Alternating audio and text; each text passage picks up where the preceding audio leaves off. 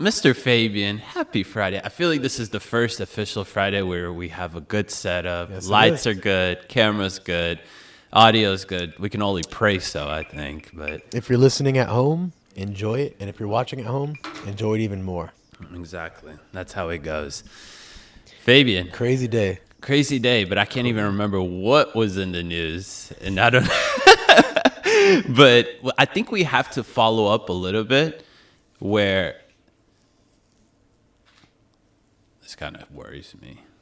Huh? This kind of worries me. It's really loud. Actually, it's fine. Whatever. What is? The volume is like really high. Looks like Is it peaking? it's like peaking really high. We should turn the game then.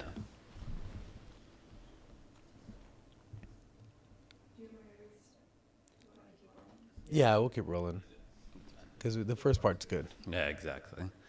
The only thing I can remember from the morning is that my video didn't have any audio on it. But the second thing is that I remember us talking about how all of a sudden Washington Post allowed an article yesterday Yep. that pretty much called Kamala Harris and Tim Walz communists for their price gouging initiative, right? We said it first here on the show. We Don't forget did. that. We did. And we explored the reason why perhaps Jeff allowed that to happen on the Washington Post. Because obviously that would impact Amazon. It would impact any big corporation. And when we look back in history, we know price gouging is technically something that communists like to implement. It definitely is. So you said, I bet we'll start to see more articles, more platforms, more news outlets Yep. coming out and saying, hey, this isn't right. This is a bunch of literally communism. And Fabian, before the show started, what did you send me? CNN. CNN. Who? CNN. Clinton News Network? Clinton News Network. What did they say? They wrote a piece that was not anti-Kamala, but it was very negative about her position. So we see the second crack starting to open up. I actually saw The Hill also this morning. I just didn't The send Hill. it to you. But yeah, because they criticize price gouging. And you and I were talking about it. Maybe a better term for it is price controlling. Because control. that makes more sense. Yep. And it's basically the federal government wanting to say, hey, prices at grocery stores are too high. We're the ones that are going to dictate what the amount is. And again, all this stuff always sounds so fantastic when they said this liberal utopian idea always sounds so fantastic on paper, right? And or when they say it, I don't know if on paper is the right thing. But then when they try to implement it, it leads to horrible things because people don't understand that it will lead to a lot of food shortages. And if they think that COVID-19 toilet pandemic or toilet paper pandemic was bad, wait till you see what a real food shortage is in the United States. And yeah, so price controlling is a much better and effective way, I think, how we can talk about it. And it's crazy to me, again, that CNN is starting to say this because, again, this impacts everybody that remotely owns corporations or anything, right? Let me explain for those who haven't heard of what price controls is or are. With a perfect example of Venezuela. And let me read you from an article how these food rationing or price controls work. In Venezuela, government supermarkets sell price-controlled food, making them far cheaper than private stores. But Valero explains that people are allowed in state-run supermarkets just 2 days per week, based off their ID numbers. The system is designed to prevent shoppers from buying more than they need and then reselling goods on the black market at a huge markup. God forbid these people actually want to make some money and turn into capitalists and start selling the food that they got from the government for more money, thereby keeping the profits for themselves. But no, they can't do that because the government has to get the profit. This has been tried in the USSR. It's been tried, or it's not tried. It's been done in Cuba, USSR, Venezuela, basically every single communist country.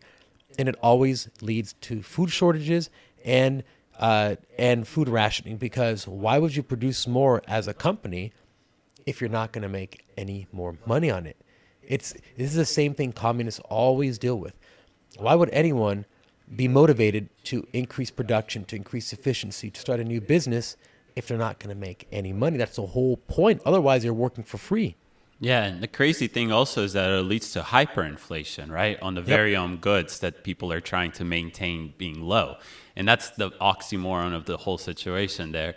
My friend Emil, he came from Venezuela, and he tells me that him just sending $20 to Venezuela only gets his mom a huge can of Nutella. And I'm sitting there and thinking, Teddy's over here agreeing with me apparently, but $20 cost a huge thing of Nutella. Like, imagine going to the store and spending $20 on Nutella. And that's how people live in Venezuela, because again, the government has done a lot of stuff to, I guess, control, to maintain power, right? Yep. And they say, oh, we can fix everything. We can fix the price of goods. How can we fix it? If you give us control of it.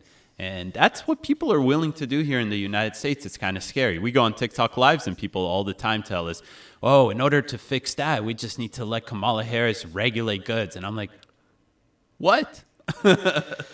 Yeah, this is, as I said in the last episode, I think she took a step too far to the left.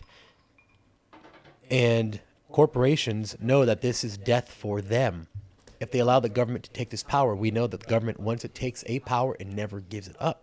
It never does. That's why the government keeps growing. And if you allow the government to start controlling food prices, like, what's next? Literally, what's next? Because they already control price for something. They can control the price for everything. Mm-hmm. And that's not a free market at all. It's not like we have a free market already, though. Yeah, imagine that kind of regulation. Imagine that. Yeah. Yeah, I mean, we're trying to do like a segment about this whole thing, but I was talking to ChatGPT and I was like, hey, was price gouging ever implemented in USSR or Cuba? And it said yes. The state or the government was able to essentially control all price goods. And by doing so, what ended up happening is that there was a huge shortage on all goods and food, and especially groceries. So that led to a bunch of famine and whatnot, and people dying. Let me let this dog out. Or let's get this dog. Teddy is from Minnesota. It's my dog Teddy. He's our Trump dog. Teddy, go. Look at that. He's our Trump dog, but he's scared of storms for some reason. But all good. And now he's gonna try and come back here.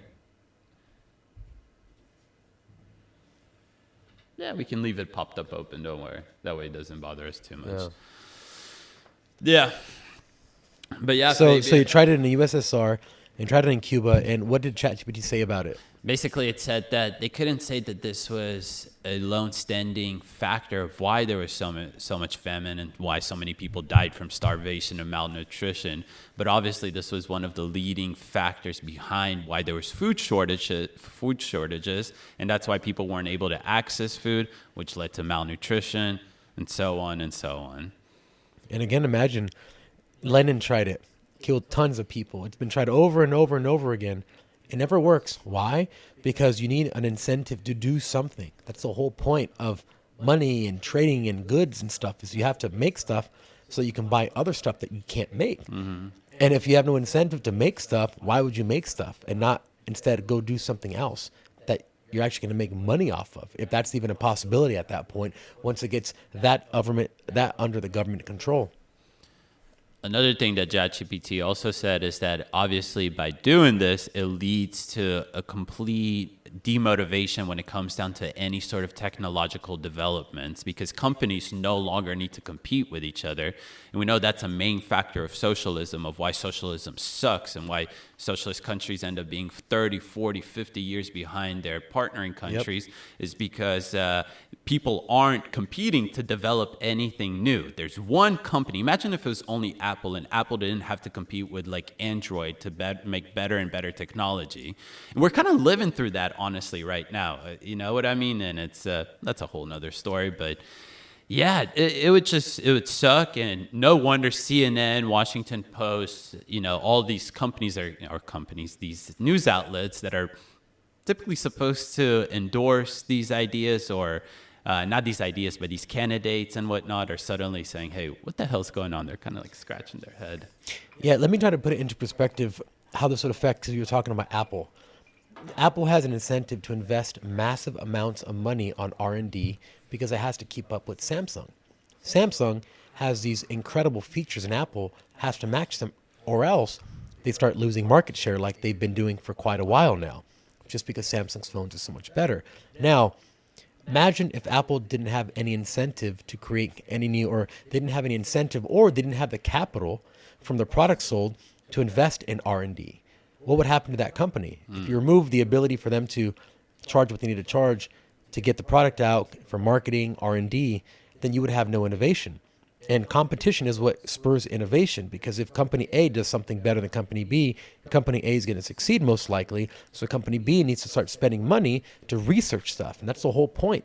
You create competition, but if there's a limit to how much money you can make or how much you can sell a product for, then you can't R&D $100 billion or whatever Apple can spend to try to invent new technology to help humans and to do all these things. Some of it maybe not good and intrusive to privacy, but overall hardware, specs, all this stuff takes money, and they sell products and make money, and then they invest that money in creating a better product. So that's a real world example on how price gouging or price controlling could hinder all companies all across the board. Absolutely. And sometimes I think, why would Democrats push for this stuff? Why would Kamala Harris and Tim Walz, such prominent Democrats, actually push for this stuff? And the more and more I think about it, especially the more conversations that you and I have, I realize that the left is very much driven by this idea of a cultural revolution. And how can you push this cultural revolution? By making people dissatisfied. And how do you make people dissatisfied? Put them 30, 40 years behind any other country that is not implementing such radical ideas. And when they're not able to afford peas because peas alone cost more than your 3 months salary, and you couple that with like your iPhone is still 30 years behind, people are going to be upset. They're going to demand a drastic change, and you know that they're going to bring it on because they've been demoralized, they've been normalized to the situation, and now they're just looking for somebody to say, hey, come on, let's do this. Let's push this cultural revolution. And that's, sometimes I get lost in the idea of why, but it's much more simple than actually people think, in my opinion. I was thinking the other day about, I forgot what I was going to say. I was going to say, you could close that door now. Yeah, that way we... Okay, let's maybe we can switch gears to something. I was gonna pull us perfectly into this. Let me just, Fabian, Mr. Fabian. It's Friday night. We got a nice little drink in here. We've been talking politics all week long. Yesterday we left off at a place that you and I both love, which is space. And you specifically were talking about interstellar travel, whatever it is, right? I want to give you two options. That'll be our Friday night thing. You want to talk about space, or do you want to go talk about like ancient civilizations and stuff like that? Space? 100% space. All right, well, let's dip into space. I'll let you dictate where this conversation goes, because I'm just going to sit here like a dog ready to listen to anything, because I love space. I don't know too much about it, but I love it, and I just always think such crazy things about it because it just expands and expands. And there's always that question of like, where did we come from? Yeah. What was before the Big Bang, for example, right? All these things that happened there. So. Yeah. Well, one thing that did happen in the space community this week is that Jeff Bezos, for the first time, allowed somebody to come into Blue Origin, his space company, and take a tour of all the production facilities. And the guy he chose was this guy named Tim Dodd. He's known as your everyday astronaut on YouTube, and I've been following him for years. And he got so big that Elon Musk brought him to Starbase in Texas to see how all the rockets are made. This is like a year and a half ago or so. Well, he just did another episode a few months ago where he was talking about all the new Raptor engines, the new way that they're going to go to Mars and the moon. And then all of a sudden, Jeff Bezos invites him over to go to a tour of his base.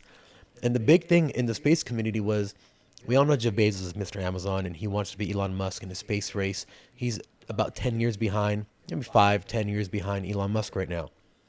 But his company was started before Elon Musk's company, and that's actually interesting. But everybody was like, okay, Jeff Bezos is going to give a tour of the entire production facility, meaning where they're making the rockets, the actual, like the engines, every single thing.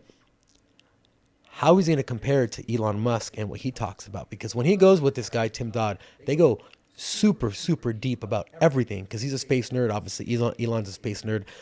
So I commented, I'm like, yeah, I don't know how well he's going to do.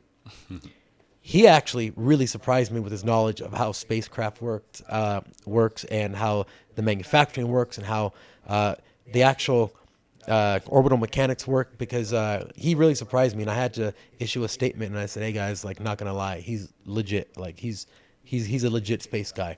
He knew about a lot of things. Were they like criticizing him before, like saying like, oh, he doesn't know anything, he's just trying to compete with Musk and everything? Okay. Oh, Teddy, come on, you can't keep interrupting like that. Sorry. Okay. Let me ask you though, they're obviously trying to compete who goes to, I guess, Mars first, right? And puts humans on Mars? Is that the overall idea here? The legacy is on landing on Mars and the moon. The money is in harvesting asteroids.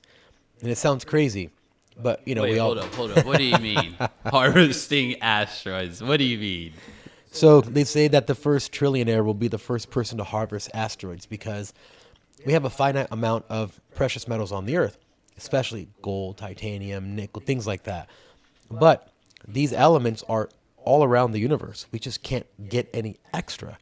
So a few years ago, I think in 2018, 2019, Japan sent a little probe, a spacecraft, to an asteroid called Bennu. And they actually landed on this asteroid. It took years to get to this asteroid that was floating in space. Holy crap. It landed on it. And what it did is it wanted to take some sediment from the asteroid back to Earth. So what they did is they literally created an explosion. So it landed on Bennu, or was it Osiris-Rex? No, I think it was Bennu. Yeah, Bennu is the one that they returned the sample from. It caused an explosion, right? Like a little mini explosion. From the sediment that was kicked up from the explosion, it trapped a little bit of that sediment inside it. And then it blasted off and it went all the way back to Earth. It didn't land. It just dropped the capsule. This is insane. It dropped the capsule and then it actually went back out to go try to land on another asteroid. Oh my God. This is a big thing in space. And the Japanese did this. And now they want to try to find an asteroid that has tons of gold, tons of precious metals, and put two little boosters or put little spacecraft around it and just push it just a little bit, because over time that change in angle will take it to Earth. And then the thought is once it gets to Earth, then somehow they'll just kind of pull it in, and I mean, we put don't it know in exactly. orbit and we'll forever be able to come up there and take some stuff. Dude, that's actually pretty sick. And wait, so on this asteroid, it's just a shit ton of diamonds, or? Well, not that one specifically, but there are ones that they've been able to identify that have diamonds, gold, metals, metals like silver, nickel, everything, literally everything that you can. Also, the moon. Another reason why they want to go to space first is they want to be the first company on the moon to harvest, which is the moon. The regolith of the moon has this specific thing. I think it's like hydrogen-3 or something like that, which is like really, really, really expensive to produce on Earth, but it's everywhere on the moon.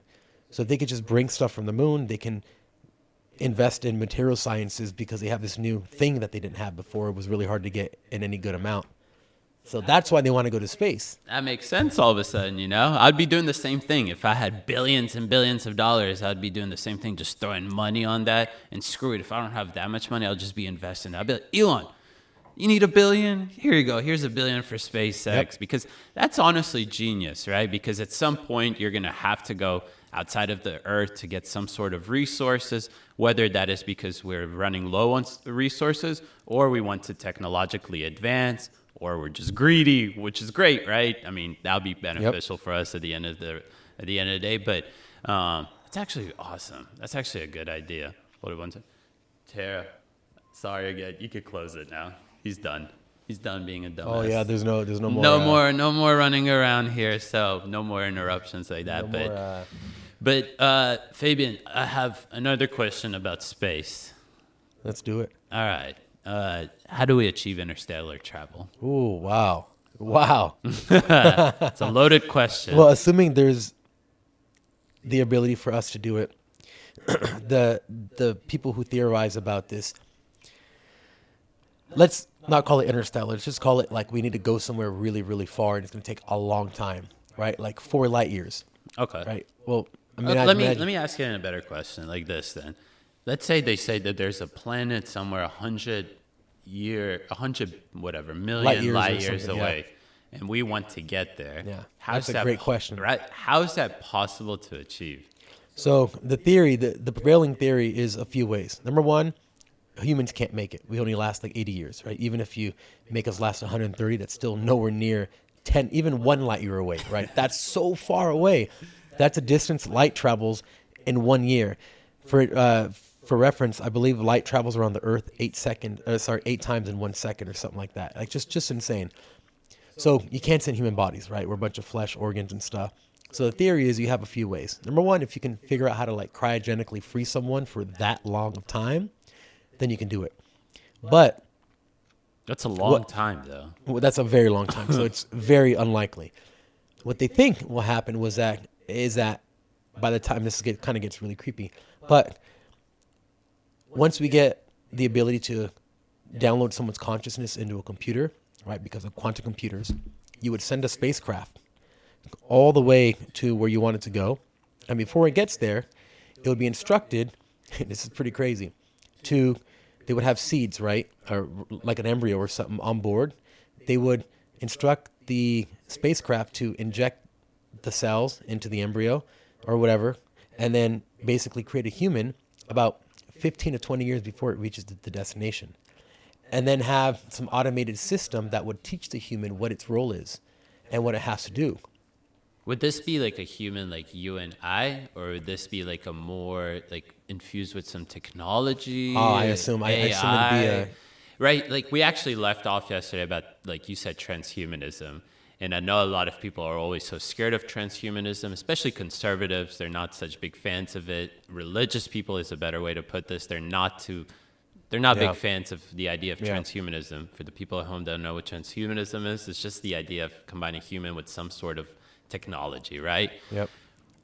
But wouldn't you need to have transhumanism in order to achieve this interstellar travel, or to... If you did it that way, yes, because the human would be a human that was created on a spacecraft, like 1 light year from now, which would be like, I don't know, I mean, how long in human years. The other theory is that if you were able to have some kind of robot that can move around and do things, and you would just literally shoot the consciousness, not the conscious, but the brain matter or all the information in someone's brain in like a data transfer to the spacecraft. So it would just get there, and you would transport your consciousness into that robot that was in that spacecraft, like 100 light years away. Wow. And you just become the robot. Oh my God. And then go explore the planet, and then send information back.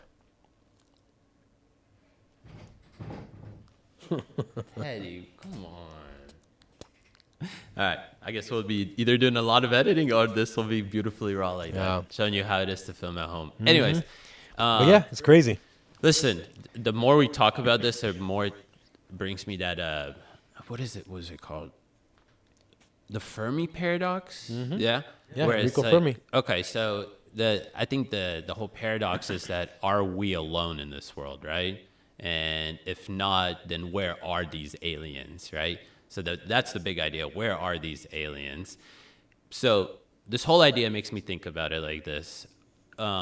One side of it, if we are alone, that's hella creepy. But if we're not alone, does that mean that like civilizations die before they actually reach this capability of interstellar travel? Because either that, or we're just boring as hell to these aliens, and we're just like ants to them, and they're like, why would we even bother going down there? Or let's just screw around with them a little bit. Or yeah, I mean, so there's a few theories of that. And yeah, so the Fermi paradox says that like there's a certain point where humanity tends to kill itself, civilization tends to kill itself, because they have the means to destroy the entire planet they live on, and because of interactions between different species, they eventually lead to that. So the other theory is obviously the Kardashev scale. So the Kardashev scale, he's a Russian guy, and he created like types of civilizations. So 0 would be just very primitive. 1, a type 1 civilization, would be a civilization that could harness the power of its own Earth. Meaning you can harness all the power that's all the sun that's hitting the Earth, all the energy. So we're like 0.7 right now to 1. Type 2 civilization would be one that can harness the power of its actual star, right? So you know how you What have do you mean? What does that mean? Unpack that for me real okay, quickly. so you have a massive ball of that's burning in the sky, right? The sun. That's all the energy that we get for our solar system. So we get like what, a fraction of 1% that hits Earth because it's blasting out in all different directions. So what they theorize is that a type 2 civilization could harness the power of its whole sun to create energy. So basically the way it would work is And you would use have it for what? What would you use it? for whatever, literally just to build more, to expand more, whatever a civilization needs. And the theory is that you would have, in order to do that, you would have to surround the sun with spacecraft to harness all the, and like literally create a bubble around the sun, like a troika doll, right? It's called a Dyson sphere. But then they were like, okay, how would we actually make that many robots to cover the sun, which is ridiculous? Well, if you have self-replicating robots, so robots that build other robots, in just a few generations, you would have enough to do that because it grows exponentially. So one will build one, two will build two more, four will build four more, and by the time you get to 16, you have like a ton. And that was stage 2, right? That's a stage 2 civilization. Stage 3 is when you can harness the entire power of your galaxy, so all the stars in your galaxy. That's absolutely And then crazy. stage 4 is when you can harness the power of the universe. Wow. Okay. You blew my mind enough for the night. Actually, one more thing about this. One of the craziest things I think I've seen so far related to space is like the telescope that they launched, I don't know, not too long ago. And they were able to finally open its eyes, essentially, just take a scan of what's around us. And what they realized is that all these dots that we're seeing are actually different galaxies, and that there's just billions of us. And one of the coolest things I've seen so far from the telescope is this very, very tiny red faded dot, essentially. And they say that that is the oldest galaxy that we can see. Essentially, that is kind of like milliseconds after the Big Bang. Do you think we'll ever be able to see what was, I guess, before the Big Bang? And also, I guess my question is this, like, or I guess not my question, but I heard somebody say that that question may not even like be a legit question, because we understand time because we have like a day we were born. And we can also say, okay, what happened before the day I was born? But you can't really maybe ask that with the Big Bang of like what was before, because that's just a dumb question. Not a dumb question, but it's like. Yeah, to your first part, yeah, the James Webb Telescope. It's a deep field telescope, so it's not meant to see things nearby. It's meant to see things really, really far away, like you said, like right by the Big Bang. So it's really proven a lot of things that people thought we knew about space wrong, or at best dubious. So we thought we knew the expansion rate of the universe, but actually now with the James Webb Telescope, we're getting different data. So like we don't even know how fast the universe is expanding. You know, there's all these things that we thought we knew that are being disproven by James Webb because we can see further. Before that, we just had the Hubble telescope, right? We had a few others, but that was the main one. But that only saw very near things. Because we're seeing so much further, it's like not having glasses and having glasses, right? And you got to see, is that a red light or a green light? Well, if you have no glasses on, you probably can't see, or you can make out a little bit. You put your glasses on, you're like, whoa, okay, I thought it was green, but it was red. And that's kind of what's happening in the space community. So it's really cool to see all these theories being disproven or being challenged. And then as far as, I forgot the second part of if we can ever see before the Big Bang. Well, if you think about time moves forward in a cone. So if you're also moving forward in your cone in time, but your cone is faced, remember, it's like a bell, right? You start here and it expands this way. Yeah. But if something else started here and it's expanding this way, you may never cross paths. So your two dimensions or whatever may never cross paths. Is that what it is? That there's like multi-dimensions, you think? That's like, the theory. That's the theory, right? Is that we're just like, everything we can see is like one bubble, I guess, and there's multi of these bubbles. Oh, multi-universe. Along these, yeah. That could very well be. It's cool to think about that stuff because we just don't know. Yeah. Like, are we one little cell in a body, right? And the Earth is just one cell. and then maybe like the nucleus is a sun, and there's a bunch of cells everywhere, and it's all part of one thing. But we're so little, we have no idea. And it makes sense. And the craziest thing about this too is that if that's the idea, and then let's say somebody is trying to figure out the perfect world or whatever, and there's just experimenting, and there's billions and billions of these experiments, and we're just the only one that succeeded to create this human life, this intelligent human life, although some of us are complete idiots. Oh, Fabian, we could talk about space all day long, but why don't we switch more gears? Let's do it. What else we got?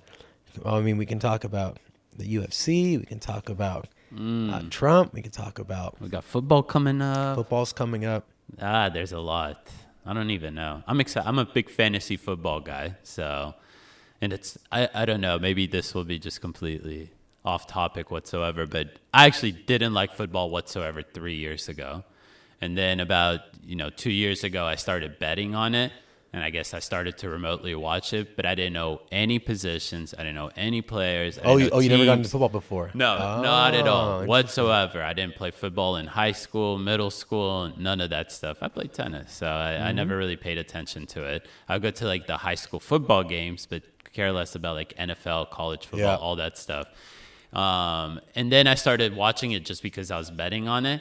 But then my buddy got me into fantasy football 2 years ago, and now I know every freaking player, quarterback, running back, wide receiver, all that stuff. And it's honestly been one of my favorite sports. But it's fantasy football got a lot of people into football that weren't into football, just because once you're invested in it and there's money behind it, you're like, hey, I need to know what I'm doing, or else I'm going to lose my money. So you learn. Yeah, you learn. You get some heated moments. But one thing that hasn't happened so far in my league is something always happens in during the fantasy league, that somebody drops out, so nobody ever does the punishment.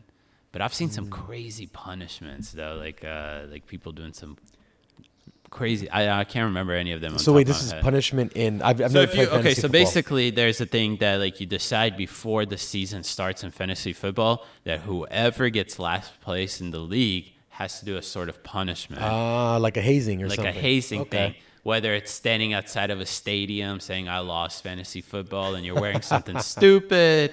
Or my buddies are doing this thing where they're going before they draft this season's players and whatnot. They're going to go to a cabin with all the people that were in the league last year, and they're going to spray paint this guy, not spray paint, paintball this guy as he runs a 40-yard dash. So there's a bunch of things like that in my league. That's funny, actually. Right? In my league, they recommend things like that. When we vote on it, there's things like you having to go to a baseball game. So 9 endings, 9 hot dogs, and 9 beers. You have to finish all of those before the game ends. So stupid 9 things. hot dogs, 9 beers. There's a thing, too, that where you have to get blackout drunk the night before and then go take an SAT in the morning. And you're like 30 years old amongst these like 17-year-olds absolutely hungover. And then even some leagues go even crazier where they say, hey, if you fail the SAT, you have to go there again. And oh, my God. Oh, my God. There's love hazing. Yeah, love hazing, right? Love hazing. That's funny, actually. I know. Yeah, I didn't know that was a thing in fantasy football, but it makes sense. It does. It does. I had what I want to talk about. Bro, pyramids. That's what I was thinking about. We had to take a little break from space for a second before we went to something so drastic like pyramids. But all right, let's go backwards. People say the pyramids were built by like aliens or something like that. And my response is, where's the proof?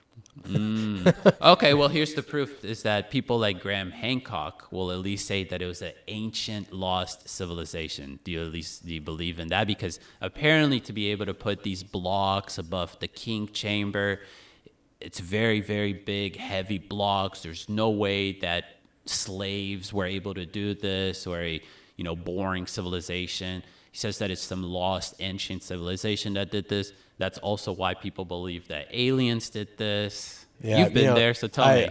I'm a big history buff, and I remember when the History Channel switched to all alien stuff. And it was a marketing play, and I get it because they needed to get more people in. But it ruined the History Channel. If you go on it now and you watch it, it's all aliens or ancient civilization. It's all this. It's so gimmicky. right? There's been many people who have actually figured out how to move very, very large stones just using balance and using like its center of balance, basically. There was this guy, I believe, in Scotland in the late 90s. He figured out how to move these like massive, like, I don't know, 20-ton stones or something like that, just using pegs. And it's actually really easy. All you do is you get these little wooden rollers, like wooden pegs. You put it under the stone, so you tilt it, get it under, and now you can roll the entire stone. Yep. Right? And then all you do is you get some kind of handle and you would fix it to the rock, and they push it and they can turn this massive stone because you're using wooden pegs on the bottom, and then you're using a lever to push it. Yep. So they've figured out many ways that you can do this. We don't know how they did it, obviously, but there are, around the three big pyramids, there's a ton of small pyramids, and all those pyramids were the workers and people who died building the pyramid. So remember, they had slaves. They didn't care if 20,000, 100,000, a million died. This was going to make their civilization. Yeah. My friend and I always argue about this because this guy that I'm referring to, Graham Hancock, he's a pseudoscientist. So he, again, he's taken a lot of drugs. So when he goes to these, places, these archaeological, what are they called? Fields and whatnot? Like finds, digs. Finds, right? Yeah. He may see things that you and I wouldn't see because we don't ingest into or whatever it's called. We don't take like Molly or whatever acid and all these stuff, and go to these places and see stuff. But yeah, he really believes, and what he will say to the claim that you made actually is that this ramp that you're talking about would define all physics. That there's no way that you'll be able to bring these heavy blocks up the ramp using this mechanism of rolling them on stones. Mm-hmm. And when I brought this up to my parents, because I remember seeing his podcast a long time ago, and my friend always argues the same exact point. Sorry that I'm calling you out over here. I think you'll enjoy the shout out at least. Is that it was actually much more simpler than that, than we can think of. Is that they actually probably put it on like a weight balance thing, where they would put one block in order to get it up a certain way, and then they could roll it around to wherever they need to, using the ability to get it up there like that. Yeah, there's many ways that people have figured out how you could potentially do this. We don't know how, but there's a lot of ways you can do it. But what's actually creepy, I don't know if you've heard of Göbekli Tepe. Yes, bro, right. Come on, hit me with it. Another thing me and my friend always argue about, because again, they say, look at the structures, look at all these 3D things that they like carved out on these stones. It has to be an ancient civilization. And I'm like, dude, it's hunter and gatherers. At the end of the day, it looks like a ritual spot. But go ahead. Yeah, one of the most interesting thing is that they find these handbags. They call them the handbags of the gods, I believe. Yes. And they find them all these old archaeological sites, and they're like, well, if they're all the same, it has to be something crazy. Like they had a spirit in there, or that's how they contacted the aliens, blah, blah, blah. Well, I mean, if you think about it, you had to weigh things back then, right? You had to weigh things to know how much to barter, how much to trade. So they think that these things were just weights, and they were very important because that's how you knew how much to barter with whatever trades you were, that you were trading, or rather whatever goods you were trading. And because that's the only way that you can carry something is with a handle, it just became ubiquitous. So now obviously we don't know, but that sounds pretty logical to me. It's very reasonable. And that's the thing, is that majority of the times to these like crazy questions of like, what is these handbags? Or like, have you seen the bracelets, Yep. the green bracelets? Right? There's always a more logical reason for that. And Göbekli Tepe is a great example of that, actually. You don't need to think that some lost ancient civilization that we don't know about had some crazy tools and ability to do all this crazy stuff. There's a bunch of bored people majority of the time that were looking for places to make beautiful things out of them for rituals, so they can sacrifice animals there, pray to whatever gods they want to, organize together with other hunters. And Göbekli Tepe is nothing more than that. And when they carbon date it, it goes anywhere between 8 to 13,000 years ago, which is why there's this claim of like, wow, there's an ancient lost civilization. But actually, Göbekli Tepe is in Turkey, South Turkey, and one of the first, or the first, advanced civilization that we know of are the Sumerian people, and they settled down along like Iraq, right, along the river in Iraq, and that already we can point towards an advanced civilization. And when I say what is an advanced civilization, I mean not like some tools that you can carve with or whatnot, language, actually being able to trade, maybe writing some stuff down. And that is the Sumerian. Now, what would be interesting is if the hunter and gatherers that were constructing Göbekli Tepe, because as they're uncovering it, they're seeing that it's much bigger than we can see right now. Maybe that is the civilization that eventually went south because of whatever reason possibly was happening there, to eventually establish the Sumerian people that we know of today. Maybe those are the original patriots and didn't like the government, so they left. I mean, that's a very plausible possibility. You know what pisses me off is when I see places like these ancient sites with these beautiful structures. I'm like, how is it that people 20,000 years ago, 15,000 years ago, however long it is, can draw better than I can? That's what really makes me mad. Yeah. These guys are creating statues, and I can draw SpongeBob. I know, right? That's That's what I'm thinking about all the time. I'm there. like, dude, they didn't have anything. I have all these tools to be so creative and to draw it this way. I can't even do a perfect circle. But they didn't have iPhones or Uber Eats, so That's all that matters right there, right? Yeah. Did you see, though, that one crazy thing is that, like, in a cave somewhere in, like, Russia, they found, I think it's a civilization that they didn't know anything about.